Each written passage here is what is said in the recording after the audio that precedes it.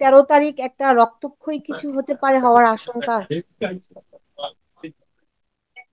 যদি যদি আওয়ামী লীগকে দমন করার চেষ্টা হয় তাহলে হতে পারে, এটা আপনি নিশ্চিত থাকেন, যেহেতু শেখ হাসিনা কল দিয়েছে। এটা যদি ওই যে মাঝারি লেভেলের যেগুলোর কথা, যেগুলো কর্মীদের খোঁজ রাখে না, তারা কল দিয়ে যাচ্ছে শেখ হাসিনা নামে, এটা যদি হতো তাহলে কিন্তু আজকের এই কলের পরে, শেখ হাসিনার এই কলের পরে আপনি সবকিছু নেতা কর্মীরা কিন্তু ভুলে যাবে, লোকাল নেতা কর্মী তৃণমূল তারা কিন্তু ভুলে যাবে, তারা মাঠে নামবে। এবং আপনি নিশ্চিত থাকেন যদি কোনো রকম হস্তক্ষেপ কেউ করে রক্তাক্ত হতে, এটা এটা এটা এটা একটা অবশ্যম্ভাবী। ফলে আবার আরেকটা হতে পারে, আমি আওয়ামী লীগ আমলে একটা সময় মনে হচ্ছে যে আওয়ামী লীগ মানে মাঝে মধ্যে হরতাল ডাকতো, যে হরতালে মানুষই কিন্তু রাস্তা নামতো না। এখন যদি লকডাউন সহ মানুষই যদি আওয়ামী লীগের মৌন সমর্থন দিয়ে রাস্তা না নামে তাহলে আমি কিন্তু সেটাই মানুষের কাছ থেকে এটাই শুনতে পাচ্ছি, যে তারা এই লকডাউনে মৌন সমর্থন দিচ্ছে। জি, যদি তাই দেয় তাহলে তার দরকার নাই সহিংসতার, এমনিতেই হয়ে যাবে। সাইফুল ভাই, আপনি হ্যাঁ, কি যুক্ত জি। হতে পেরেছেন? আমি এখানে একজনের একটা মন্তব্য দেখছিলাম, তিনি বলছেন ইউনূসের গ্রামীণ ব্যাংক জ্বালিয়ে দেওয়া হয়েছে। আপনি জানেন না কি এরকম কোনো কিছু? না, আমি কিছু শুনি। ওকে, জি যাই হোক, আমার যেটা প্রবলেম এখন, যেটা ইরিটেশন হচ্ছে গলাতে, এটা চলবে, তার মধ্যে আমি জি জি, আশা আপনি করি কন্টিনিউ করুন তাহলে। জি, সামান্য একটু ইরিটেশন হবে, এটা একটু আপনার ইটস মানে ওকে, ইটস ওকে, হ্যাঁ, আপনার কষ্ট না হলেই হলো।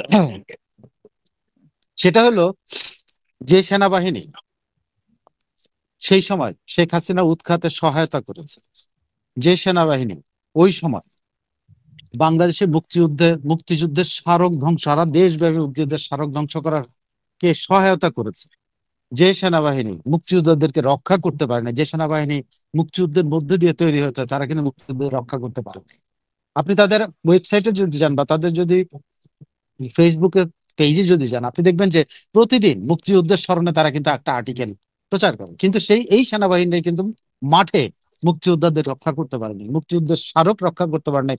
বঙ্গবন্ধুর ইয়া থেকে ভাস্কর্য থেকে শুরু করে বঙ্গবন্ধুর বাড়ি ভাঙ্গার সময় সেনাবাহিনী কিছু করতে পারে না। এই অনুশোচনায় সেনাবাহিনী ভুগছে। আমি আপনাকে একটা সেনাবাহিনীর একটা রিপোর্টের কথা আপনাকে বলতে পারি। সেই রিপোর্টটা সকল কমান্ডাররা, যারা ব্যাটালিয়ন কমান্ডার, যারা বিভিন্ন জেলায় মোতায়েন আছে, তাদের কাছ থেকে যে অ্যাসেসমেন্টটা এসছে, ব্যাটালিয়ন কমান্ডাররা সরাসরি বলছে যে আমাদের সেনা সদস্যরা এখন আর একতরফা ভাবে এই ধরনের জিনিসগুলো দেখতে আর পছন্দ করছে না। কারণ কি? 3-4টা কারণ তারা উল্লেখ করেছে। প্রথম কারণ হলো তারা এখানে দেখতে পাচ্ছে যে যারা তাদের উপর অত্যাচার করে তাদেরকে প্রোটেক্ট করতে হচ্ছে, তাদেরকে গালি দেয় তাকে প্রোটেক্ট করতে হচ্ছে, এটা তাদের আর ভালো লাগছে না। 2 নাম্বার, তারা হলো ইউনূস সাহেবকে প্রোটেক্ট করতেছে, যে ইউনূস সাহেব পুরো দেশবাসীকে প্রোটেক্ট করতে পারছে, অথচ সেই ইউনূস সাহেবকে তারা প্রোটেকশন না দেয়, তাদেরকে তাবেদার বাহিনীতে পরিণত করা হয়েছে। 3 নম্বর হলো সামাজিক। এমন কোন সেনা সদস্য নাই যারা মাঠে কাজ করছে, তারা তাদের পরিবার থেকে এই রিয়াকশনটা পাচ্ছে না যে তুমি কি করতেছো, তুমি কারে মারতেছো, তুমি কার উপরে অত্যাচার করছো, তুমি কি করতেছো। এটা আগের আমলি তো ভালো ছিল।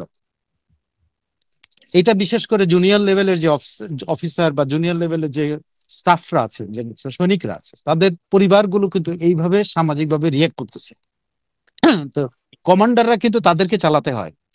আমি জাস্ট একটু বলি আপনারে, সেটা হলো ধরেন চুয়াডাঙ্গাতে একটা ব্যাটালিয়ন কাজ করতেছে, এটা বেসামরিক প্রশাসনে যেরকম আপনি চুয়াডাঙ্গায় যদি আপনার বাড়ি হয় তাহলে আপনাকে সেখানে ট্রান্সফার করবে না।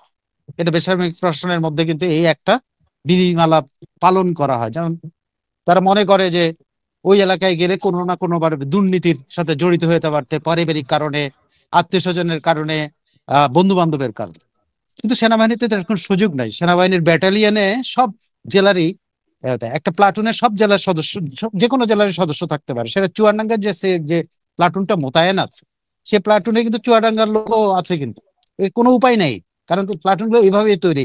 ওইখানে কিন্তু সিভিল প্রশাসন যেভাবে আপনার পদায়ন করে, এখানে এটা সুযোগ নেই। সো ওই চুয়াডাঙ্গায় যদি ওই যে ব্যাটালিয়ন আছে, সেখানে যদি চুয়াডাঙ্গার কোনো ছেলে থাকে, কোনো স্টাফ থাকে, কোনো অফিসার থাকে, সে কিন্তু তার রিয়াকশনটা তার পরিবার থেকে পাচ্ছে, সে তার বন্ধু বান্ধব থেকে পাচ্ছে, সে তার গ্রামের সমাজের যারা চলাফেরা করে তাদের, যে কোনো হাট বাজারে গেলে তারা চেনে তার যে। আমি 2 দিন আগের আরেকটা ভিডিওর কথা আপনাকে বলি। একজন ভদ্রলোক একজন সার্জেন্টকে অপমান করতেছে, চাচ্ছা বলে তোমার মতো সার্জেন আমার পায়ের তলায় থাকে, পা ধরে থাকে, বাপ ধরে থাকে। সার্জেন্ট কি করছে জানেন? ইমিডিয়েটলি একটা ফোন দিছে কোন একজন বন্ধু, শব্দটা হচ্ছে, বন্ধু এই যে লোকটা আমার সাথে খুব খারাপ ব্যবহার করতেছে, সে বলতেছে সে সেনাবাহিনীর সদস্য। বন্ধুকে ফোন দিয়েছে ওই সার্জেন্টটা কিন্তু, হ্যাঁ উনি কি জন্য আটকেছেন? মোটরসাইকেলটা উল্টা দিকে চালাচ্ছে এই জন্য উনি আটকেছেন, এবং কেন আটকালে এই জন্য তাকে বলে যে তার পায়ের তলায় নাকি এরকম সার্জেন্ট বসে থাকে। তো বন্ধুরে ফোন দিছে, বন্ধু যখন ফোন ওরে ধরাই দিছে, ধরাই দেওয়ার পর যখন ওইখান থেকে পরিচয় হয়েছে, বন্ধু হলো একজন মেজর। আমি বুঝছেন সামাজিক সম্পর্কটার কথা। মেজর যখন ফোন দিচ্ছে তখন আর ওই যে যিনি সেনা সদস্য পরিচয় দিয়ে তার হুমকি দামকি সব কিন্তু একেবারে পানির মতো মিশে গেছে। এখন সমঝোতা করতে চায়, এখন এই করতে চায়। তো এই যে রিলেশনশিপটা, আপনি এই রিলেশনশিপটা তো আর্মির সদস্য তো আমাদের ইয়ের বাইরে না, কি বলে সমাজের বাইরের কেউ না, তারা তারা বিদেশ থেকে আসে নাই, তারা এই দেশেরই সন্তান, এইখানের বন্ধু বান্ধব, এখানে আত্মীয় স্বজন। এই রিয়াকশনটা পুরা প্রত্যেকটা ব্যাটালিয়নে এই ধরনের রিয়াকশন, যে আমরা কার উপর অত্যাচার করি, আমরা কারে আমরা ইয়ে করতেছি। আরেকটা জিনিস হচ্ছে যে সেনাবাহিনীর ইনক্লুসিভ কথাটা প্রথম আপনার মনে আছে রয়টার্সের সাথে ইন্টারভিউতে ওয়াকারুজ্জামান বলছিল যে ইনক্লুসিভ নির্বাচন চাই এবং আমরা ডিসেম্বরের মধ্যে নির্বাচন চাই। ওয়াকাশে পুরো সেনাবাহিনীকে অবজ্ঞা করেছেন ইউনূস সাহেব, এটা সেনাবাহিনী পছন্দ করে নাই। তারা ডিসেম্বরের মধ্যে নির্বাচন দিতে চেয়েছিল, সেটা অবজ্ঞা করা হয়েছে। তারা ইনক্লুসিভ চেয়েছিল, সেটা অবজ্ঞা করা হয়েছে।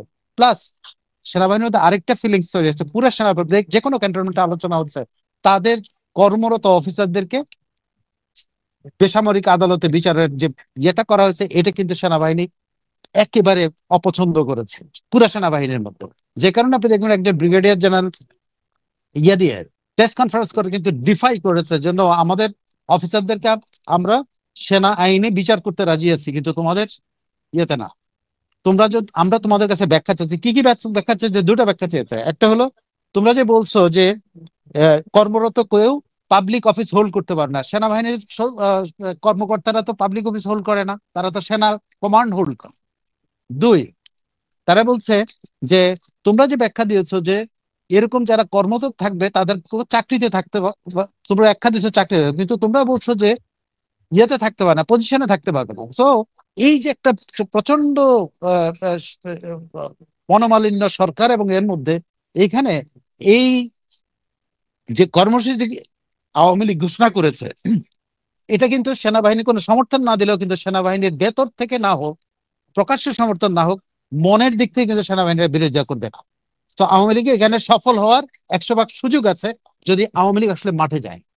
জি সাইফুল ভাই, একটা জিনিস দেখুন, মানে স্বরাষ্ট্র উপদেষ্টা আজকে তিনি সেনা মাঠে থাকার আহ্বান জানিয়েছেন, তাই না? তো সেনাবাহিনী কি সেটি অগ্রাহ্য করতে পারে কিনা, এটি একটি প্রশ্ন আপনার কাছে।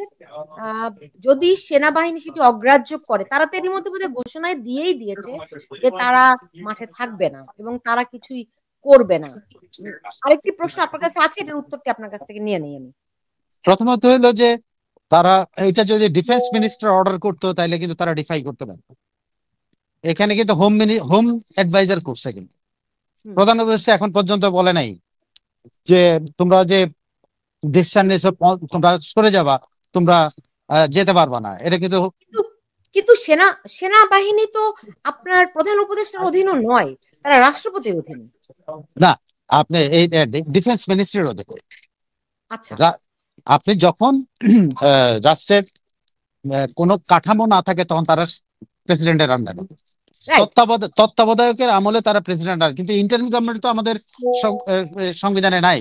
সো এটা ইন্টারিম গভর্নমেন্টটা হয়েছে, এখন এই ইন্টারিম গভর্নমেন্টের আমলে কিন্তু তারা ডিফেন্স মিনিস্ট্রির আন্ডারে। সো ডিফেন্স মিনিস্টার কিন্তু আমাদের এই কথিত প্রধান উপদেষ্টা, সো তারা কিন্তু প্রধান উপদেষ্টার আন্ডারে আছে, বাট তারা কিন্তু আবার জবাবদিহি করে রাষ্ট্রপতির কাছে। রাইট, ঠিক আছে, এই ক্ষেত্রে প্রধান উপদেষ্টা কিন্তু তাদেরকে আহ্বান জানিয়েছেন কে? স্বরাষ্ট্র উপদেষ্টা। স্বরাষ্ট্র এই আহ্বান জানালে সেনাবাহিনী মানতে বাধ্য না, কারণ তারা স্বরাষ্ট্র মন্ত্রণালয়ের আন্ডারে চাকরি করে না, তারা স্বরাষ্ট্র মন্ত্রণালয়কে সহায়তা করার জন্য মাঠে ছিল। ঠিক আছে, তাও কার ইয়াতে তারা প্রধান উপদেষ্টার নির্দেশে এটা করছেন। তো এখন তারা প্রধান উপদেষ্টা যতক্ষণ না পর্যন্ত তাদেরকে না বলবে ততক্ষণ পর্যন্ত তারা কিন্তু বাধ্য না। আর প্রধান উপদেষ্টা বলার মতো মুখই তো নাই, তিনি সেনাবাহিনীর প্রধানের সাথে থেকে শুরু করে সেনাবাহিনী নিয়ে যত রকম তার লাল্লু পাঞ্জুরা যত রকম বাজে আচরণ করেছে, তিনি তো কোনো প্রতিকার করেন না। এটা সেনাবাহিনী দেখেছে। সাইফুল ভাই, আপনি দেখেন সেনাবাহিনী তো মোতায়েন আছে সেই 18-19 জুলাই থেকে, রাইট, জি গত বছর। এবং তারা তাদের দরবারে সিদ্ধান্ত নিল, সেনাপ্রধান জানালেন যে তারা মানুষের উপর গুলি করবে না, রাইট। জি সেই হিসেব করলে এখন কি তারা বলতে পারে কিনা যে এই লকডাউন আমরা মোকাবেলার জন্য আমরা মাঠে থাকতে পারবো না? এটা তো অবশ্যই তারা নৈতিকভাবে বলতে পারে, অবশ্যই। যেটা ওরা তখন করতে পারছে, এখন কেন পারবে না? এখনো তো নৈতিকভাবে তারা বলতে পারে যে আমরা কোনো ধরনের দমন পীড়নে থাকবো না, এটা বলতেই পারে। বাট সবচেয়ে বড় কথা হলো তাদেরকে অর্ডার করার মতোই তো অবস্থা নাই। কে অর্ডার করবে? আর এই প্রধান উপদেষ্টা, প্রধান উপদেষ্টা তাদের প্রোটেক্ট করেন, প্রধান উপদেষ্টা তাকে প্রোটেক্ট করেন। প্রধান উপদেষ্টা সার্ভিং জেনারেলদেরকে তাজুলের মতো একটা লাফাঙ্গার কাছে ছেড়ে দিয়েছে, উপরে ছেড়ে দিয়েছে, তাই নাই? তো প্রধান উপদেষ্টার মুখ আছে বলার জন্য? বা ওয়াকারকে কে বলবে? রাষ্ট্রপতি। রাষ্ট্রপতি কি বলবে আপনার মনে হয়? প্রশ্নই আসে না রাষ্ট্রপতি বলবে, কারণ রাষ্ট্রপতিকে অবজ্ঞা করতেছে প্রতি পদে পদে। এই পর্যন্ত সাংবিধানিক যে সংবিধানের আন্ডারে তারা শপথ নিয়েছে, সে সংবিধান অনুসারে কিন্তু রাষ্ট্রপতির কাছে তারা জবাবদিহি করতে পারতো। প্রতিটা ক্যাবিনেট মিটিং এর ডিসিশন অ্যাজ পার কনস্টিটিউশন রাষ্ট্রপতিকে অবহিত করতে হবে। এটা হলো ডিসিশন, যাই আপনি নেবেন। প্লাস আপনি ক্যাবিনেট ছাড়া কোনো পলিসি ডিসিশন নেবেন, সে পলিসি ডিসিশন কিন্তু রাষ্ট্রপতিকে জানাতে হবে। 3, আপনি ফরেন অ্যাফেয়ার্সে কোনো ডিসিশন নেবেন, আপনি রাষ্ট্রপতিকে জানাতে হবে। আপনি ডিফেন্স স্ট্র্যাটেজিতে কোনো ডিসিশন নেবেন, রাষ্ট্রপতিকে জানাতে হবে। এই 4টা ইস্যুতে এই পর্যন্ত কত ডিসিশন নেওয়া হয়েছে? একটা কি রাষ্ট্রপতিকে জানানো হয়েছে? 5 নাম্বার, আপনি কোনো বিদেশ ভ্রমণ করবেন, এটা কিন্তু স্পেসিফিক, এটা কাটছে, এটা হলো প্রচলিত নিয়ম, এটা বাধ্য না। কিন্তু আপনি যদি বিদেশে কোনো রাষ্ট্রীয় পলিসি সংক্রান্ত সিদ্ধান্ত নেন, বড় কোনো সিদ্ধান্ত না, আপনি রাষ্ট্রপতিকে জানাতে হবে। কিন্তু বিদেশ সফর করলেই জানাতে হবে না। কিন্তু এই পর্যন্ত 15টা সফর করেছে, সে কি রাষ্ট্রপতিকে একবারও অবহিত করেছে যে রাষ্ট্রপতি আমি চীনে গিয়েছিলাম, চীনে যায় শীর্ষ সাথে আমার এই কথা হয়েছে? কারণ সে শীর্ষ নেতার সাথে দেখা করেছে, সেখানে পলিসি ডিসিশন হয়েছে, সেখানে অস্ত্র কেনার ইয়ে হয়েছে, প্লেন কেনার, 22টা বিমান কেনার সিদ্ধান্ত হয়েছে। তো 22টা বিমান কেনার, জঙ্গি বিমান কেনার সিদ্ধান্ত রাষ্ট্রপতিকে জানাতে হবে না? জানায়নি তারা। সো তারা অবজ্ঞা করছে, সংবিধান ভঙ্গ করছে, সবকিছু। এখন তাদের কিন্তু কোনো মুখ নাই। কিভাবে রাষ্ট্রপতিকে বলবে যে আপনি সেনাবাহিনীকে বলেন? আবার সেনাবাহিনীকে কিভাবে বলবে? এটা মুখ কারো নাই, কিন্তু খলিলেরও নাই। জাহাঙ্গীর আলম চৌধুরী কেন বলছেন? আবদারের সুরে বলতেছেন, কারণ উনি একসময় সেনাবাহিনীর বড় কর্তা ছিলেন, এই জন্য উনি আবদারের সুরে বলছে ওরা যাবে না, মানে আমার সন্তানের মতো আমি বলছি যাবে না। কিন্তু এটা তো কমান্ড রে ভাই, এটা তো ওনার আবদারের সাথে চলবে না। তারা তো অলরেডি মনে হয় চলেও গেছে হ্যাঁ, বারাকে 50%। হ্যাঁ, 50% চলে গেছে।